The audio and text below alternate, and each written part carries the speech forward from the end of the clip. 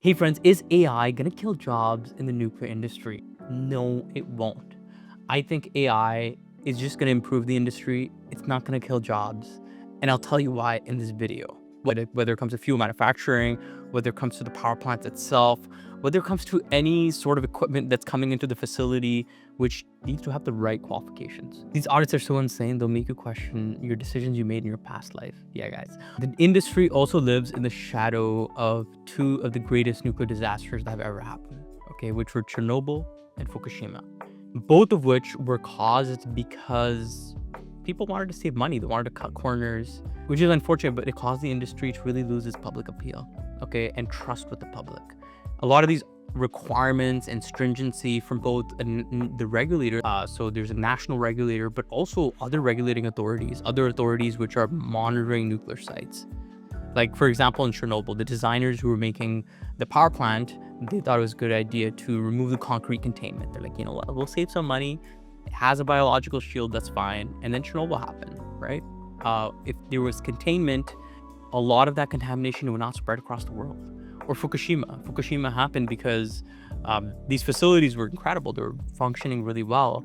However, you know, when folks were like, hey, let's raise the tsunami wall to ensure that if there's a once in a 1,000 year tsunami, this power plant will be safe. And the executives were like, you know what, let's bet against it. Let's save some money. Okay. And that's negligence. All right. So AI is very similar. It's a novel, innovative technology which can be used by the industry in many different ways. However, if an audit finds that AI had been used on a critical safety function, on a critical, even a valve or some sort of a small piece of equipment that failed in some way and created a situation where someone's life was taken or a disaster happened, guys, the nuclear industry is fucked, okay? Remember, the nuclear power plants are not like, they're not maintained like a server code, or they're not maintained like a mom and pop shop, okay? Or even a bank's infrastructure. There's a lot of flexibility there. But when it comes to the nuclear industry, guys, the stringency is to the next level, okay? If audits take place, and they do take place all the time, this will be discovered, right? The use of AI, and it will create negligence. So, like I said, the nuclear industry itself, there's pros and cons to this as well, okay? The pros are that the nuclear industry is very conservative. It's conservative when it comes to novel and new technologies, okay? It's not worried about saving $10 or $15 or even 1 or 2 employees worth of salaries. Because to be honest, if you're running a nuclear facility, a nuclear fleet nowadays, it's costing like $24-30 billion, okay? So if you're saving a couple $100,000 and firing a few people just to save on certain elements of someone's job, guys, it's not worth it, okay? You're dealing with infrastructure that's worth billions and billions and billions of dollars, okay? And the cost versus the drawbacks, it's not worth it, okay? Even if you have a whole fleet of jobs that you're potentially saving, when it compromises safety, when it compromises the function of critical infrastructure, you're definitely not going to mess with that. I'm just sharing the conservative perspective, okay? However, there is another perspective where AI can be used in the nuclear industry. This won't necessarily eliminate jobs. It'll just make certain job functions easier. It comes to non-safety related functions. For example, there's a major outage, okay? Or a nuclear power plant is down for a maintenance outage. Some of these outages happen because an equipment failed or something happened, okay? And they need resolution as soon as possible. There needs to be a team deployed which has an innovative, novel approach, because sometimes these issues are complex. It's not like going into your car and like changing out a part. It's more complex than this, okay? So in those situations, all hands are on deck, okay? And you need to figure out a solution. And this is where AI can be used as a tool, okay? So AI can be used as a tool, okay? AI can be used as a tool for research, right? There's so many simulation softwares that are used throughout the nuclear industry, okay? To simulate certain scenarios, okay? And these are all digital and modernized. it wouldn't necessarily be used as a primary method, but it could be used as a double checking method, right? So when it comes to large organizations like nuclear utilities, a lot of the times there's a lot of administrative burden, right? A lot of folks are dealing with paperwork. They're dealing with Excel sheets where they have to manually sort them, highlight them, okay? And unfortunately, a lot of these jobs are kind of Excel monkey jobs, okay? I would never want to do them. I think I would be miserable, okay? A lot of people would be miserable. There's a lot of interns doing these types of jobs. However, when it comes to AI, this is exactly where AI can be used. It could be used to optimize. So instead of someone spending months on sorting an Excel sheet and grouping things together and categorizing things together and kind of draining their life away on that, they could use AI technologies to do that in 2 seconds, like boom, right?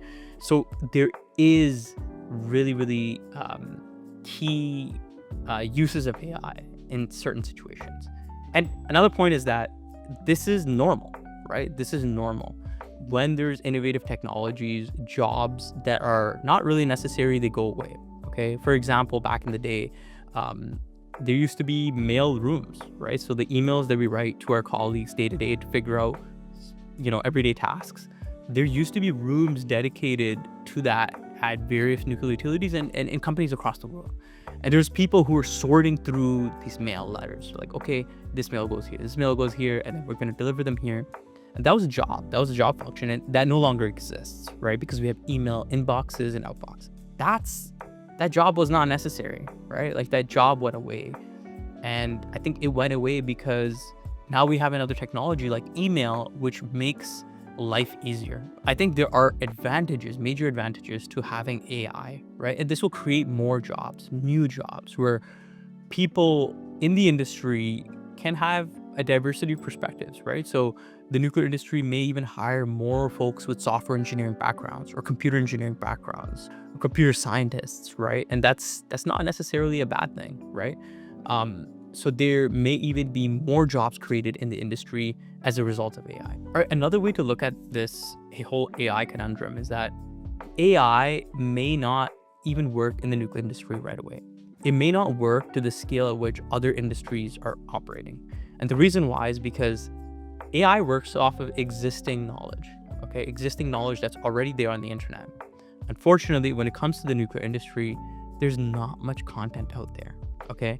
There may be textbooks, okay, but this is all theoretical knowledge.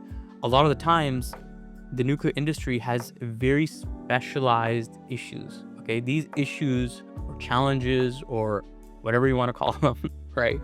Obstacles or even, they're very niche, okay? They're niche because they're specific to a certain technology, right? So it's specific to a certain pressurized water reactor located at a certain specific county which has certain issues, okay? Or even a CANDU reactor site. Like, they're not all the same. These reactors, even some of the units, right? They may not be similar. They may have their own unique challenges, right? And so these are niche issues. Okay, so and how do we get this knowledge out? Guys, a lot of this knowledge is tribal knowledge. It's not being necessarily documented thoroughly, right? Unless someone takes the time and effort to do that, which is very rare. This knowledge is kind of passed down from one person to the other who's training the other person, okay? Unless you have some sort of USB stick, which you could stick in everyone's mind at a nuclear facility, it's going to be very difficult to get this knowledge, okay? So AI, it's like I said, highly specialized. It's not going to work to the level of which it's working for other industries outside of nuclear. Or friends, so how does hiring work in the nuclear industry? The nuclear industry hires in a very unique and different way than other industries do, okay?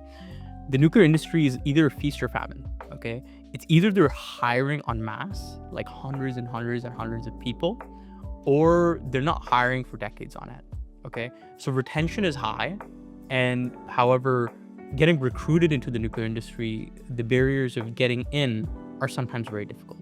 I'm specifically talking about nuclear utilities here, right? Which hire tens of thousands of people sometimes, okay? Then there's also engineering firms which are kind of hiring and letting go of people, and they kind of fly around all over. So there's different models that you can take when it comes to nuclear. However, overall, the nuclear industry in general is aging. It's aging fast, okay?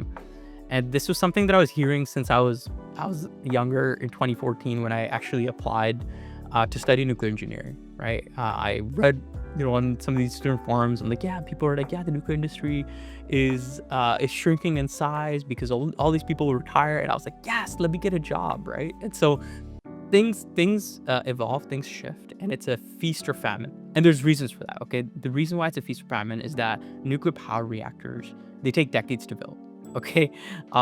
They take decades to build, and sometimes there's uncertainty when it comes to nuclear new builds, right? It's dependent on government, right? A lot of the governments across the world are democratically elected governments, which are cycling for 4 or 5 years, right?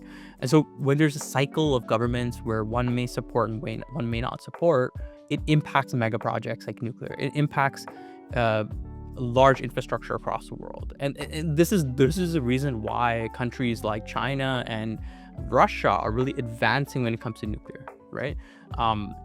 Because there's, their governments are allowing that to take place. There's no barriers in place, okay?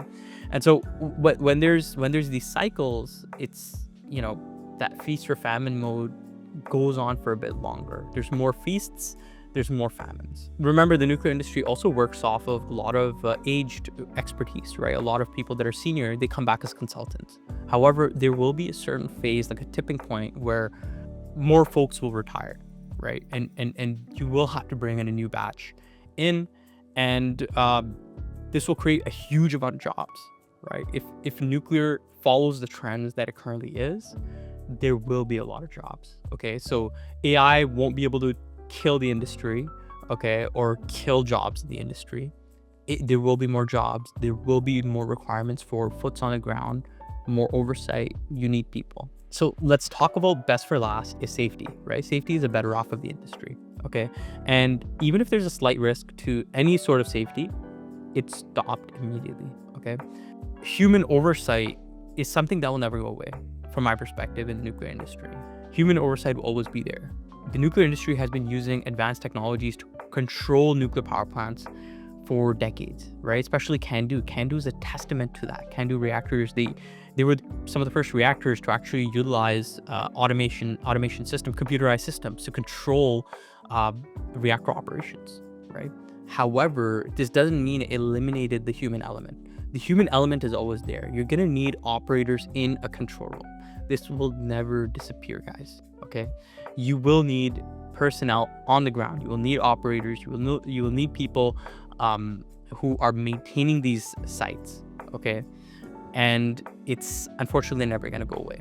Yeah, so if an AI technology ever says, trust me, bro, especially in a control room, that's not gonna fly. And yeah, the nuclear industry has also used simulations. It's using very advanced technologies, but when it comes down to it, there's a huge level of human monitoring that takes place because safety is a priority. AI, if it gets something wrong, there's an issue, right? You cannot be fully dependent on our technology, right? We can use technologies for a lot of problem solving and a lot of data input. However, the end decision needs to be made by a human because humans are capable of judgment, right? They have the capacity to understand, okay, well, what's going on, right? They have the know-how and the knowledge. And this can be verified. It's not only one person that's making the decision. There's series of people that make decisions and eventually come to the right decision, right? A lot of the times there's false readings on things, right? A lot of the times things are not functioning as they should be. And so the human element is always important. So friends, that's my perspective on AI in the nuclear industry. Maybe in the next video, we can discuss a little bit more about AI servers and how nuclear power reactors may one day power them. Well, hope you enjoyed this video. And if you have any questions, please message in the comments below.